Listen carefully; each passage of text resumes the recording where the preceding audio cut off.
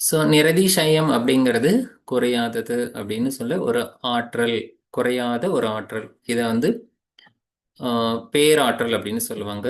வற்றாயிருப்பு, பேரறிவு, பேராற்றல், இப்படிலாம் வந்து இறைநிலைக்கு இப்ப இருக்கக்கூடிய ஆஹ், இந்த நம்மளுடைய நம்மளுடைய காலத்துல வாழ்ந்த யோகி அதுக்கெல்லாம் டிஃபைன் கொடுத்திருப்பார். பேராற்றல், வற்றாயிருப்பு அப்படின்ட்டு வேதாத்ரி மகரிஷி இறைவனுடைய தன்மை நான்காக கொடுத்திருப்பாங்க. அது அது எல்லாம் எங்க சூத்திரத்துல இருக்கிறது தான்.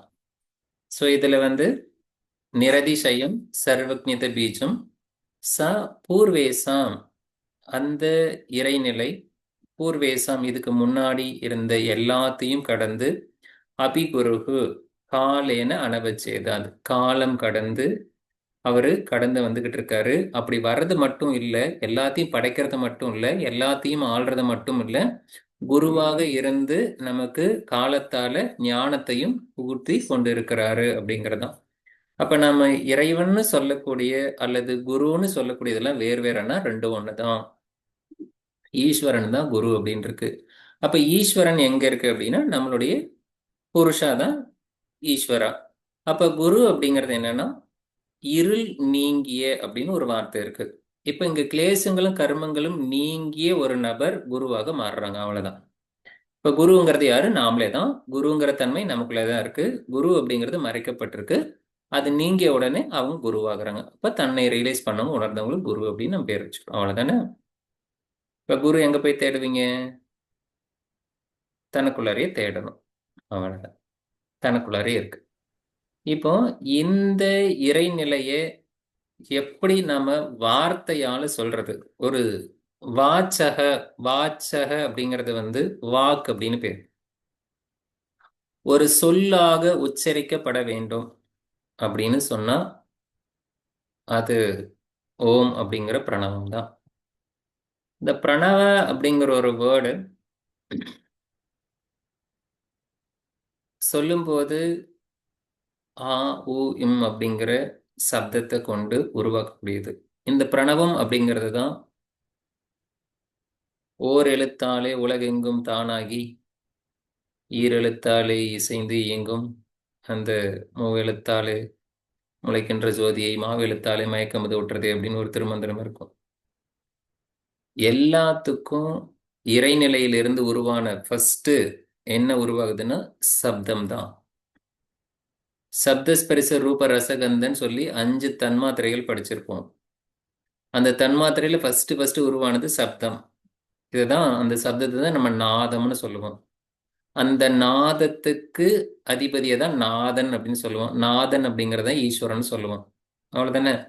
அப்ப அந்த சப்தம் தான் ஒரு வைப்ரேஷன், ஒரு அதிர்வு. அந்த அதிர்வை நம்மளால உருவாக்க முடியும். அந்த அதிர்வு தான் இந்த ஓம்ங்கிற சப்தத்துல அப்படிங்கிற பிரணவம் உள்ள இருக்கிறது. இத நீங்க அர்த்த பாவனையோட தத் ஜபஹ தத் அர்த்த பாவனம், அத அர்த்த பாவனையோட நீங்க ஜபம் பண்ணணும் அப்படின்னு சொல்றாரு. என்ன அர்த்த பாவனை பண்ண முடியும் அப்படின்னா, நாம இந்த கிளேச கர்ம விபாகாச அபரமிருஷ்ட புருஷ விசேஷ ஈஸ்வரன், ஈஸ்வரனுங்கிறது கிளேசத்தாலும் கர்மத்தாலும் இதெல்லாம் பாதிக்கப்படாதவன், நிரதிசயமா இருக்கக்கூடியது, சர்வன்யமா இருக்கக்கூடியது, குருவாக இருக்கக்கூடியது. இப்பேற்பட்ட ஈஸ்வரனை தான் நான் வந்து அதிர்வாக உணர்ந்து, இப்ப நான் ஓம்ங்கிற சப்தத்தை உணர்ந்து அந்த சவுண்டை நான் உருவாக்குறேன் அப்படிங்கிற உணர்வோட நீங்க வந்து ஓம் சாண்டிங் பண்ணணும். இதை வாய் விட்டு பண்றதெல்லாம் கொஞ்ச நாள் பழகிறதுக்கு தான். இதெல்லாம் சமாதி பழகிறதுக்கு தான் நமக்கு வந்து அந்த மாதிரி பண்றோம். பண்ண பண்ண பண்ண அது வந்து உள்ளாரையே வந்துடும். அது வந்து நம்ம அஜபா அப்படின்னு சொல்லுவோம். இந்த ஜபம் பண்ணி பண்ணி நம்ம மனம் அதுலயே ஒடுங்கி போகணும். அப்படி ஒடுங்கி போகும்போது அஜபா அப்படின்னு வந்துடும். அப்படி வந்த பிறகு உங்களுடைய மனமே அந்த மாதிரி லயமாய் இருக்கும். அதை சூத்திரங்கள்ல சொல்லும்போது எப்படி சொல்றாங்க? ததப் பிரத்யேக சேதன அதிகமோ அபி அந்தராய அபாவச்ச. இதுல ரெண்டு வார்த்தை இருக்கு.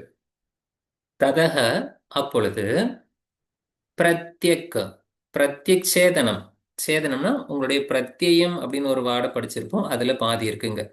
பிரத்யக் சேதனம் அதிகமாக, அதிகமாகனா அடையிறது. எதை அடையுது அப்படின்னா உங்களுடைய மனமானது அமைதி அடையுது அல்லது உள்முகமாக திரும்புது.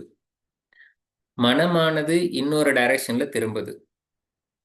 எப்பொழுதும் மனமானது புலன்கள் வழியாக வெளியேறக்கூடியது. புலன்கள் வழியாக செயல்பட்டு வெளி விஷயங்களை நமக்கு அனுபவமாக கொடுத்து கொண்டே இருக்கிறது. இதுதான் மனதினுடைய இயல்பு. இது உள்முகமாக திரும்புறது தான் இந்த சாண்டிங் மூலமா ஓம் அப்படிங்கிறத பாராயணம் பண்ணும்போது அந்த அதிர்வால அது ஒரு தியானம் மாதிரி தான். அந்த அதிர்வுனால மனமானது உள்முகமா திரும்புது. இது ஒரு பெனிஃபிட். அபி அப்படின்னா மேலும்னு அர்த்தம். அந்தராயா அபாவக. அபாவக அப்படின்னா பாவிப்பது இல்லை. எதை பாவிப்பது இல்லை? அந்தராயா. அந்தராயன்னா அப்ஸ்டக்கல், தடைகள். தடைகளை அனுபவிப்பது இல்லை. அப்போ தடைகளை அனுபவிக்கிறது இல்லை. ஒன்று, ஒரு பெனிஃபிட். உங்களுடைய மனம் சமாதியை நோக்கி செல்லும். இது ஒரு பெனிஃபிட். அப்ப அபியாச வைராகியத்தினால உங்க மனம் சமாதியை அடையுதுன்னு சொன்னார்ல, அது இங்கதான். மேல ஈஸ்வர பிரணிதானாத்வா அப்படின்னு சொன்னது எதுக்குன்னா வைராகியத்துக்கு தான். அப்ப வைராகியத்தினுடைய பலன் எப்படி நமக்கு கிடைக்குது அப்படிங்கிறத இப்படி முடிக்கிறாரு. உங்க மனம் அமைதிக்கு போகும், சமாதியை அச்சீவ் பண்ணும், மேலும் தடைகள் நீங்கும் அப்படிங்கிறது இதோட நிறைவு செய்கிறார். இப்ப இங்க அந்தராயா அப்படின்னு அறிமுகப்படுத்தினதுனால அந்தராயா என்ன அப்படின்னு சொல்ல வேண்டியது உண்டு. நம்ம கேள்வி கேட்போம், என்ன அந்தராயா இருக்கும் அப்படிங்கிறது. இப்ப ஒரு ஒரு அந்தராயாவை பார்க்கணும். நவ அந்தராயா இருக்குது, 9 அந்தராயா இருக்கு. ஒரு அந்தராயா வியாதி அப்படின்னு ஒண்ணு இருக்கு. வியாதின்னு என்னன்னு தெரியும் தானே? வியாதியை அனுபவிப்பது இல்லை அப்படின்னு எடுத்துக்கணும். அந்தராய அபாவல ஒன்றை மட்டும் எடுத்து அது அபாவக, வியாதியை அனுபவிக்க மாட்டோம். இன்னொன்னு ஸ்தியான, அதையும் அனுபவிக்க மாட்டோம். சம்சய அனுபவிக்க மாட்டோம். இப்படி 9 அந்தராயா நம்ம அனுபவிக்காமல் போவோம். இப்ப வியாதியை அனுபவிக்க மாட்டோம் அப்படின்னு சொன்னா அது இன்னொரு பேர்ல என்ன சொல்லலாம்னா ஆரோக்கியம் அப்படின்னு சொல்லலாம், அல்லது சுகம்னு சொல்லலாம். சொல்லலாம் தானே? வியாதி இல்லாத நிலைக்கு சுகம் என்று பெயர். அவ்வளவுதானே? அப்ப எல்லா வியாதிக்கும் ஒரு படத்துல விவேக்கோட காமெடியில வரும்ல, நிறைய வியாதி இருக்கும், அதுக்கெல்லாம் ஒரே மருந்து கொடுன்னு சொல்லுவார்ல. அவர் பதஞ்சலி ஔஷதரை படிக்காதனால அவர் உனக்கு பூச்சி மருந்து இருக்கு, வாங்கி குடிச்சு செத்துரு அப்படிம்பாரு. ஆனா உண்மையிலேயே ஒரே ஒரு மருந்து இருக்கு, அதுதான் பிரணவ ஜபம். அப்படி பண்ணா எல்லா வியாதியும் நம்மளால ஓவர் கம் பண்ண முடியும். இப்ப இந்த வியாதி, ஸ்தியான, சம்சய, பிரமாத, ஆலசிய, அவிரதி, பிராந்தி தர்ஷன, அலப்த பூமிகத்துவ, அனவஸ்தி தத்வானி, சித்த விக்ஷேபா, தே நவ அந்தராய. இப்ப இதுல 9 அந்தராயா இருக்குன்னா எது எது எப்படி பிரிச்சு கொண்டு வர்றது, மீனிங் அப்புறம் பார்த்துக்கலாம். முதல்ல வியாதி அப்படிங்கிறது ஒரு தனி அந்தராயா, ஸ்தியான அப்படிங்கிறது ஒரு தனி அந்தராயா, சம்சய அப்படிங்கிறது தனிய ஒரு அந்தராயா, பிரமாத அப்படிங்கிறது தனி, ஆலசிய தனி, அவிரதி தனி. இப்ப இது வரைக்கும் எத்தனை இருக்குன்னு பாருங்க. வியாதி, ஸ்தியான, சம்சய, பிரமாத, ஆலசிய, அவிரதி, 6 அந்தராயா தனி சிங்கிள் வார்த்தையில நின்று அந்த அந்தராயாவை நிலைநாட்டுது. இதுல ஏதாவது குழப்பம் இருக்கா? மீதி இருக்கிறது 3 தான். 3 அந்தராயாக தான் மீதி இருக்கக்கூடிய எல்லா வார்த்தையும். அதுல பிராந்தி தர்ஷனம் அப்படிங்கிற ஒரு வேர்டு இருக்கு. இது ரெண்டும் சேர்ந்தது ஒரே வார்த்தை. ஒரே ஒரு அந்தராயாக்கு பிராந்தி தர்ஷனம். பிராந்தி தர்ஷனத்தை உங்களால மறக்கவே முடியாது, ஈஸியா ஞாபகம் வச்சுக்கலாம். பிராந்தி அடிச்சவனுடைய கண் பார்வை எப்படி இருக்கும்? பிளரா இருக்கும் சார். ஆ? பிளரா இருக்கும். பிளர்ரா இருக்கும், அவ்வளவுதான். உண்மையை அவனால அப்படியே பார்க்க முடியாது. அப்படியே அவனால பார்க்க முடியாது. அதுதான் அதுதான் பிராந்தி தர்ஷனம். தப்பா தப்பா அவன் இன்டர்பிரட் பண்ணுவாங்க அப்படிங்கிறது. இப்போ பிராந்தி தர்ஷனம் அப்படிங்கிற ஒரு வேர்டு, இது மட்டும் 2 வார்த்தை இருக்கு. அப்ப எத்தனை ஆச்சு மொத்தம்? 6 + 1 7 முடிஞ்சு போச்சு. அடுத்து அலப்த பூமிகத்துவ அனவஸ்தி தத்துவாணி அப்படிங்கிற ஒரு வேர்டு, இதுல 4 வார்த்தை இருக்கு. அலப்த பூமிகத்துவ அனவஸ்தி தத்துவாணி.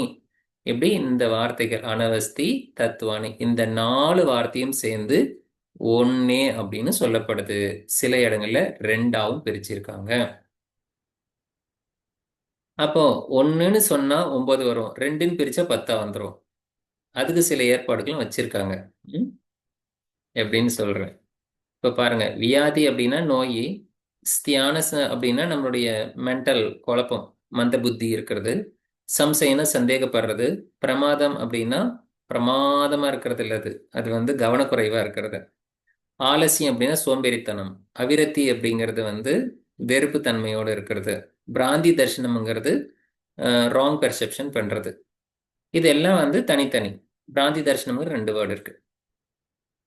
அலப்த பூமிகத்துவ, பூமின்னா படிநிலை, அலப்த அப்படின்னா அந்த ஒரு படிப்படியா ஏறி மேலே போறோம்னு அர்த்தம். அனவஸ்தி தத்துவானின்னா அதுல இருந்து சரிக்கு கீழே வந்துடும்னு அர்த்தம். அலப்த பூமிகத்துவ அனவஸ்தி ஒருவன் ஒரு நிலையை, உயர்ந்த நிலையை அடைந்த பிறகு அந்த நிலையில் நிற்க முடியாமல் அவன் சறுக்கி விடுகிறான் என்று அர்த்தம்.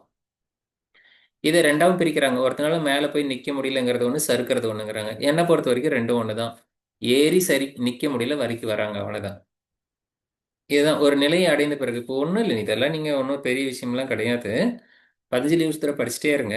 கிளாஸ் கொஞ்ச நாள் வராதீங்க, ஒரு வாரம் கழிச்சு பாருங்க. அதுக்கப்புறம் உங்களுக்கு இந்த அலப்த பூமிகத்துவ அனவஸ்தி சித்துவானி என்ன இருக்குன்னு உங்களுக்கு தெரியும். நீங்க படிச்சதெல்லாம் மறந்து போயிடும். நீங்க அந்த நிலையை போய் அடையும் போது திரும்ப அதுல இருந்து நீங்க வலிக்கிட்டு கீழே போயிடுவீங்க. அதுதான் வந்து இங்க அது சொல்றது. இன்னொன்னு சித்த விக்ஷேபா அப்படிங்கிறது. சித்த விக்ஷேபாவே நம்மளுடைய மனம் சஞ்சலம் அடைகிறது. இத தனியா ஒரு அந்தராயாவும் எடுக்கலாம், அல்லது அலப்த பூமிகத்துவன்னு ஒன்று எடுத்து அனவசி தத்துவானின்னு ஒன்று எடுத்துட்டு அதுலேயே 9 முடிஞ்சு போயிடும். தே அப்படின்னு சொன்னா இவைகள் எல்லாம் சித்த விக்ஷேபங்கள், இவையெல்லாம் மனதில் குழப்பங்களை ஏற்படக்கூடியது. மனதில் ஏற்படைய குழப்பங்களாக இவையெல்லாம் 9 அந்தராயாவு பிரிக்கப்படுது அப்படின்னு சொல்றாங்க. இந்த சித்த விக்ஷேபம் அப்படிங்கிறது, சித்த விக்ஷேபமே ஒரு விதமான அந்தராயா தான். அலப்த பூமிகத்துவ அனவஸ்தி தத்துவானி அப்படிங்கிறது ஒரு அப்ஸ்டக்கல், சித்த விக்ஷேபம் ஒன்று, இதோடு சேர்த்து 9 அப்ஸ்டக்கல் இருக்கு.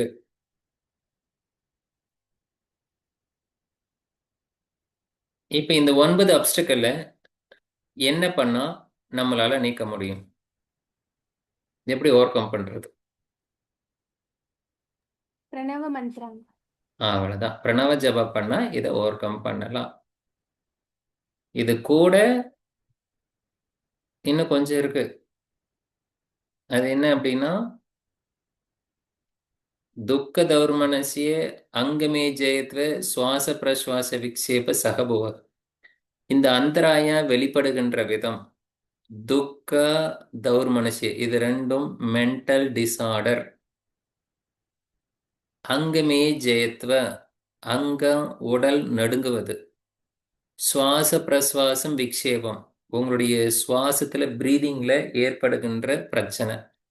உங்களுடைய சுவாசம் பிரீதிங் பேட்டர்ன் நார்மலா இருக்காது, அது உடல் சார்ந்தது. இந்த பிசிக்கல் அயில்மெண்ட் தான் அங்கமே ஜெயத்வ சுவாச பிரஸ்வாச விக்ஷேபம். ஒருத்தனுடைய சுவாசம் பாதிக்கப்பட்டுருச்சு, உடல்ல ட்ரெம்ப்ளிங் வந்துருச்சு, ஸ்டெபிலிட்டி இல்லை அப்படின்னா இதெல்லாம் உடல் சார்ந்த பிரச்சனைகள். இதுதான் அந்த ஷகபுவக. இந்த வியாதிகள்லாம் வியாதி முதற்கொண்டு, விய ஆதி முதற்கொண்டு அனைத்தும் வெளிப்படுகின்ற விதம். இவை எல்லாம் இப்ப இது 31வதுல இருந்து பாத்தீங்கன்னா 30, 31 அந்தராயாவை சொல்லி. பிரீத் டிஸ்டர்ப் ஆச்சுனாலே பிசிக்கல் இல்னஸ் வருமா சார்? ம்? அதாவது பிரீத் டிஸ்டர்ப் ஆனாலே பிசிக்கல் இல்னஸ் வரும், அப்படிதானே சார்? இல்ல, நம்ம உடம்புல எந்த பிரச்சனை இருந்தாலும் அது வந்து உடம்பு பிரச்சனை வந்து உடல் நடுங்கிற வரைக்கும், உடல் எல்லா சக்தியும் போயிடுச்சு அப்படின்னா அப்போ உடல் நடுங்க ஆரம்பிச்சிடும். வியாதி வர ஆரம்பிச்சதுன்னா, உடம்புல இருக்கக்கூடிய அதனுடைய ஸ்டெபிலிட்டி போயிடுச்சுன்னா உடல் வந்து நடுக்க ஆரம்பிச்சிடும். வயசானவங்களுக்கு பார்க்குறோம்ல, வயசு இப்போல்லாம் கொஞ்சம் வயசாக இருக்கும் போதே வந்துடும், நரம்பு தளர்ச்சின்னு சொல்லுவாங்க. அவங்களுடைய வயது மூப்பின் காரணமாக அதெல்லாம் அவங்களுடைய ஸ்டெபிலிட்டி வந்து குறைய ஆரம்பிக்கும். அதுதான் இங்கே வந்து அங்கமே ஜெயத்வ அப்படின்னு சொல்கிறது. இந்த நிலையில் வந்து லங்கோட கெப்பாசிட்டி குறைய ஆரம்பிக்கும் போது பிரீதிங் பேட்டர்ன் குறைய ஆரம்பிச்சும் அந்த பிராணசக்தியை முழுசாக ஃபில்டர் பண்ணி உள்ளார எடுக்காது. இதெல்லாம் வந்து நம்ம பிசிக்கல் ப்ராப்ளம். இப்போ இந்த 30-31ல் பிரச்சனையை சொல்லிட்டு இந்த பிரச்சனைக்கு முன்னாடி ஒரு சைடு இருக்கு, பின்னாடி ஒரு சைடு இருக்கு. முன்னாடி இருக்கிறது வைராக்கியம் சைடு, பின்னாடி இருக்கிறது அபியாசம் சைடு. இந்த 32ல் இருந்து 39 வரைக்கும், 32ல இருந்து 39, 40 வரைக்குமே வந்து இன்னொரு சைடு, அபியாசத்தினுடைய சைடு. அபியாச வைராக்கியாபியாம் தன்னிரோதகம்னா அபியாசத்துக்கு முன்னாடி இருக்கக்கூடியது 29 வரைக்கும், 21ல் இருந்து 29 வரைக்கும். அதன் பிறகு 30, 31 அந்தராயவ சொல்லுது, நம்மளுடைய ப்ராப்ளத்தை சொல்றாரு. அந்த ப்ராப்ளத்தை சால்வ் பண்றதுக்கு, சமாதி ரீச் பண்றதுக்கு வைராக்கியம் சைடை முன்னாடி பார்த்தோம். பிரணவ ஜபம், பிரணவ ஜபத்தினுடைய பெனிஃபிட்டு சமாதி அப்படின்னு சொன்னோம். சமாதி அந்தராயா ரிமூவ் பண்ணலான்னு. அப்படியே திருப்பி இன்னொரு பக்கம் ஸ்டார்ட் பண்றாரு. இந்த நம்ம கிராஃப் எல்லாம் பண்ணும்போது நம்பர் பொசிஷன் தெரியுமா? நம்பர் பொசிஷன் 0ல் நின்றுட்டு வலதுபுறம் போகலாம், இடதுபுறம் போகலாம். வலதுபுறம் போனால் ஒரு பக்கம் நம்பர் இன்க்ரீஸ் ஆகிட்டே போகும், இடதுபுறம் ஒரு நம்பர் இன்க்ரீஸ் ஆகிட்டே போகும். என்ன நம்பர் எந்த பக்கம் எது ஏறும் சொல்லுங்க பார்க்கலாம். நம்பர் பொசிஷன் குழந்தைங்களாம் விளையாடுவாங்கல்ல, வலதுபுறம் போனால் எக்ஸு, அது ப்ளஸ்ஸு 1 2 3 4 5 6ன்னு Right போகும். side positive numbers. Positive side. இந்த பக்கம் போனால் Plus. எஸ், அது நெகட்டிவ் சைடு. ஸோ அந்த மாதிரி 0ல் நின்று உங்களுக்கு 2 சைடு இருக்கு. அது மாதிரி 30, 31 நீங்கள் நிற்கிறது 0. ஒரு சைடு அதுக்கு முன்னாடி பக்கம் இருக்கிறது வைராக்கியம் சைடு, பின்னாடி இருக்கிறது அபியாசம் சைடு. ரெண்டுமே என்ன முடிவுன்னா சமாதி தான். அந்த சமாதியை 39வது சூத்திரத்துக்கு அப்புறம் பரமானு பரம மகத்துவந்தோ வசிய வசீகாரகன் சொல்லி அதிலிருந்து 41ல் அந்த சமாதியை, சம்பிரகணத்த சமாதியை மறுபடியும் கொண்டாந்து இங்கே அறிமுகப்படுத்துறாரு. 17வது சூத்திரத்தில் படிச்சோமே அந்த சமாதி, அதில் இருந்து அந்த 4 வகையான சமாதியை எப்படி அச்சீவ் பண்ணுறது அப்படிங்கிறத பின்னாடி கொடுக்குறாரு. இப்போ நாளைக்கு நாம் திங்கட்கிழமை வந்து இந்த அபியாசத்தினுடைய பகுதிகளை வந்து நம்ம பார்க்கலாம். என்னென்ன அபியாசம் இருக்கு. அபியாசம் வந்து ஏக தத்துவ அபியாசம்னு பேர். அது மாதிரி 6 அபியாசங்களை வந்து கொடுத்துருக்காரு. இதெல்லாம் உதாரணம் தான், இது மாதிரி அபியாசங்கள் நிறைய இருக்கு அப்படின்னு சொல்லி கொடுத்துருக்காரு. நமக்கு இப்போ செக்மெண்ட் மட்டும் ஞாபகம் வச்சுக்கலாம், நினைவுபடுத்தி பார்க்கலாம். முதல்ல இருக்கக்கூடிய 6, சாரி முதல்ல இருக்கக்கூடிய 3, முதல்ல இருக்கக்கூடிய 3 என்னது? சீக்கிரமா சொல்லுங்க. அந்த யோகா, யோகான டெஃபினிஷன், யோகான பெனிஃபிட். 4ல் இருந்து 11 வரைக்கும் விருத்தி, விருத்தியினுடைய டைப், அதனுடைய கிளாசிஃபிகேஷன். 12ல் இருந்து 18 வரைக்கும் அபியாச வைராக்கியா. 2ல் அதன் அபியாசம், வைராக்கியம், வைராக்கியத்தினுடைய பெனிஃபிட். அடுத்து 19, 20, 19, 20 எப்படி பண்ணணும், எப்படி பண்ணக்கூடாது அப்படிங்கிறது. 21, 22ல் நீங்கள் எவ்வளோ தீவிரமாக முயற்சி பண்ணணும், அல்லது உங்களால் பண்ண முடியலன்னா உங்களுக்கு அந்த பலனை கிடைக்கும் அப்படிங்கிறது. 23ல் இருந்து 29 வரைக்கும் ஈஸ்வரோட குவாலிட்டி அதெல்லாம் சொல்லப்பட்டு 29 வரைக்கும் நடக்குது. இதெல்லாம் வைராக்கியம் சைடு. இதனுடைய பெனிஃபிட்டு சமாதி, இன்னொன்று அந்தராயா ரிமூவ் பண்ணலாம். அந்தராயம் 30, 31ல் சொல்லப்படுது. 32ல் இருந்து 39 வரைக்கும் அபியாசத்தை பற்றி சொல்லப்படுது. 40, 41ல் சமாதி ஸ்டார்ட் ஆகுது. அதை நம்ம அடுத்த இதில் பார்க்கலாம். சரிதானா? ஸோ செக்மெண்ட்டை பிரிச்சுக்கோங்க. அந்தந்த சூத்திரத்துக்கும் அந்த செக்மெண்ட்டுக்கும் ஒரு ரிலேஷன் இருக்கக்கூடிய பேரை வச்சுக்கோங்க. பேரை வச்சுக்கிட்டீங்கன்னா போதும். அந்த பேரை வச்சு இது எதை சம்பந்தப்பட்ட சூத்திரம் அப்படின்னு சொன்னாவே உங்களுக்கு அந்த ஞாபகம் வந்துடும். அப்போ அது சம்பந்தப்பட்டது. ஃபார் உதாரணத்துக்கு பரவைராக்கியம், அபரவைராக்கியம் அப்படின்னு எடுத்தோம்னா இது வந்து 15, 16ல் இருக்கு. அபரவைராக்கியம் அப்படின்னு சொன்னாலே உலகம் சார்ந்தது. உலகத்தை நம்ம பார்க்குறோம்னா அது திருஷ்டா. அப்போ திருஷ்டா அனுசரவிக்க விஷய திருஷ்ணசி. ஸோ நீங்கள் படிக்கிறது எல்லாமே எங்கேயோ கொஞ்சம் பிட்டு அங்கங்கே அப்படி அப்படியே கொஞ்சம் ஞாபகம் வர ஆரம்பிக்கும்.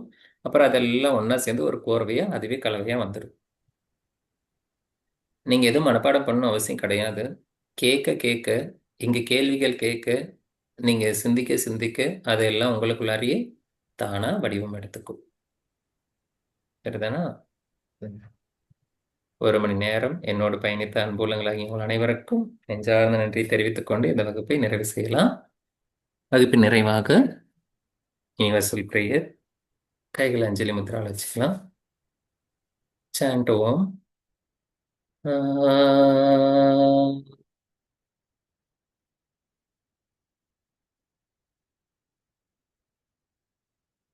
எல்லா உயிர்களும் எல்லா மனிதர்களும் அமைதியாகவும் ஆரோக்கியமாகவும் ஆனந்தமாகவும் தங்கள் வாழ்க்கையை வாழ்ந்து கொண்டிருக்கட்டும்.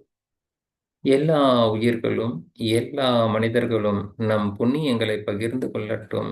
நம் புண்ணியங்களை பகிர்ந்து கொள்ளட்டும். நம் புண்ணியங்களை பகிர்ந்து கொள்ளட்டும். எல்லா உயிர்களும் எல்லா மனிதர்களும் விடுதலை பெறட்டும். விடுதலை பெறட்டும். விடுதலை பெறட்டும். ஓம் சாந்தி சாந்தி சாந்தி. कायेन वाचा मनसेन्द्रियैर्वा बुद्ध्यात्मना वा प्रकृतेत् स्वभावात् करोमि यत् सकलं परस्मै श्रीमन्नारायणायेति समर्पयामि. हरिः ॐ श्रीगुरुभ्यो नमः. हरिः ॐ. Feel the nice vibration, feel the calmness of your mind. Gently rub your palms, keep on your eyes. Bring awareness on your eyes. Gently open your eyes, see the palm with a smile. Feel happy. Be happy.